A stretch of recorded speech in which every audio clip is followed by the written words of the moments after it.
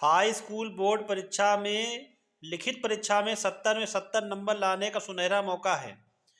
बच्चे कहते हैं हम कापियां नहीं लिख पाते, तो मैंने एक पूरी कापी लिख के डाली है और आप उसको देख करके एक अच्छी कापी बोर्ड परीक्षा में लिख सकते हैं। 20 जो क्वेश्चन हमारे बहुविकल्पी आएंगे, उसमें 4 ऑप्शन में जो आपको ठीक लगे आप कर दीजिएगा। उसके बाद के प्रश्नों के लिए खंड बा उत्तर क्रमांक 22 में संकेत, संदर्भ और रेखांकित अंश की व्याख्या और एक प्रश्न लिखने को आता है। देखिए, जो गद्य हमें चुनना है उसमें पाठ का नाम और लेखक का नाम जरूर पता हो। अगर वो गलत लिखा तो पूरा व्याख्या कट जाएगी आपकी। संदर्भ आसान संदर्भ लिख लीजिएगा। रेखांकित अंश की व्याख्या देखिए, कॉपी में जितनी लिखी है उतनी लिखिएगा। रेखांकित अंश केवल 1-2 लाइन का होता है, कोई ज़्यादा बड़ा नहीं होता है। और जैसे एक थर्ड क्वेश्चन दिया था कि व्यक्ति ने आगामी पीढ़ी तक अपनी बातों को पहुंचाने के लिए क्या किया, तो जो किया है वो लिख दीजिए। ज़्यादा फालतू मत लिखिएगा, ऐसा ना हो कि ज़्यादा लिखने चक्कर में पेपर छूट जाए तो उसमें आपका ही बहुत गहरा नुकसान हो जाएगा। अगला भी संकेत, संदर्भ, व्याख्या, ये पद्य में व्याख्या दी गई है। इसमें भी रचनाकार का नाम, पाठ का नाम, ये सब आपको पता होना चाहिए। और व्याख्या जो दी जाती है वो भी सोच समझ के उतनी लिखिएगा जितने में आपका समय बचा रहे आगे के प्रश्नों करने के लिए। काव्य सौंदर्य आएगा तो भाषा, शैली, रस, छंद, अलंकार, शब्द शक्ति, जो हेडिंग में ना पता हो अंदर का वो बिल्कुल मत लिखिएगा, नहीं तो नंबर कटेगा आपका। इसके पश्चात एक क्वेश्चन इसमें और होगा, वो आप कर लीजिएगा। उत्तर क्रमांक 23 का जीवन परिचय लिखने के लिए आएगा। बच्चे बहुत परेशान रहते कैसे लिखूं कैसे लिखूं। जीवन परिचय हेडिंग डालिए, जयशंकर प्रसाद का जैसे लिखना है, उनका जन्म और मृत्यु लिख दीजिए। एक संक्षिप्त जीवन परिचय लिखिए, जन्म, जन्म स्थान, पिता माता, लेकिन जो बात पता ना हो, जैसे गुरु जयशंकर के नहीं पता तो हम नहीं लिखेंगे। भाषा, शैली, रचना, मृत्यु। जीवन परिचय लिख दीजिए, उनका साहित्यिक परिचय छोटा सा लिख दीजिए।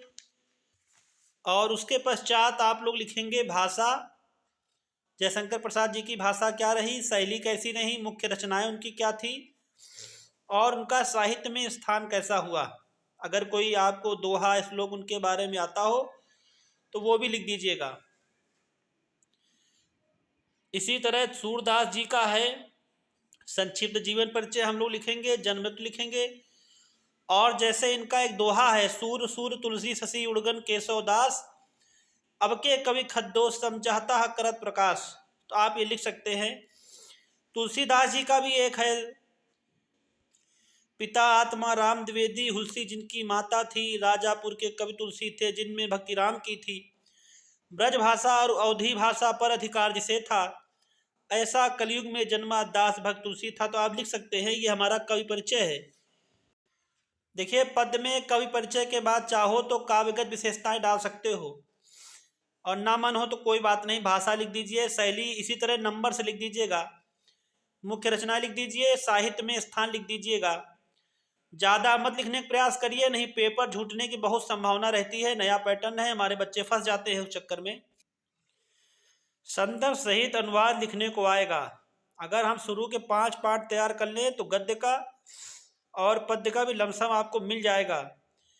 पाठ का नाम कई बार लिख के देख लीजिएगा ताकि वो गलत ना हो जाए। आप पाठ का नाम गलत लिख देंगे तो फिर मानेगा कि आपने कुछ पढ़ा ही नहीं है। संकेत डालिए, संदर्भ डालिए और अच्छे से अनुवाद डाल दीजिए, अनुवाद पढ़ भी लीजिए फिर लिख दीजिए। उसी तरह पद्य में भी आपको संकेत, संदर्भ, अनुवाद लिखने को आएगा। अनुवाद में अनुवाद लिखना है, कोई भी फालतू का व्याख्या टाइप का नहीं लिखना है, नहीं आपको नंबर कटेगा उसका। पाठ पुस्तक से कंठस्थ श्लोक कोई एक ही ना पढ़िएगा, नींद क्षीर विवेक के जैसे एक ही पढ़ लिया और मान लीजिए पेपर में ही 2 आ गए और आप वाला आ गया तो आप फंस जाओगे। 3 पढ़िए, 2 आ जाएंगे तो कोई बात नहीं, 1 लिख देंगे हम लोग। संस्कृत में प्रश्नोत्तर आएंगे, 5-6 प्रश्न रहेंगे, जो सबसे बढ़िया आता हो उसी के उत्तरों को बढ़िया बढ़िया सुलेख में लिखिएगा।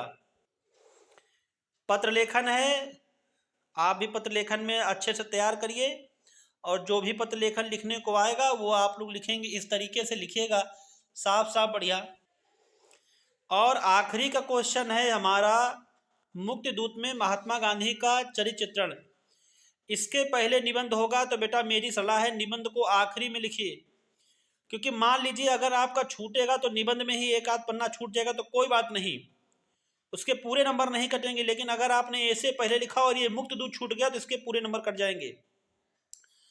खंड काव्य डालिए, मुक्त दूत रचनाकार का नाम डालिए, चरित्र डालिए, और जितनी भी हेडिंग है अगर उसमें गाना आपको आता हो श्लोक टाइप का जो उसमें दिया है, जैसे छुआछूत में मैं घना देश की आंधी न चलने दूंगा न चलाऊंगा, या तो खुद मर जाऊंगा या इसे भगाऊंगा, इस तरीके के हेडिंगों का इस्तेमाल करके आप इसे अच्छा लिख सकते हैं।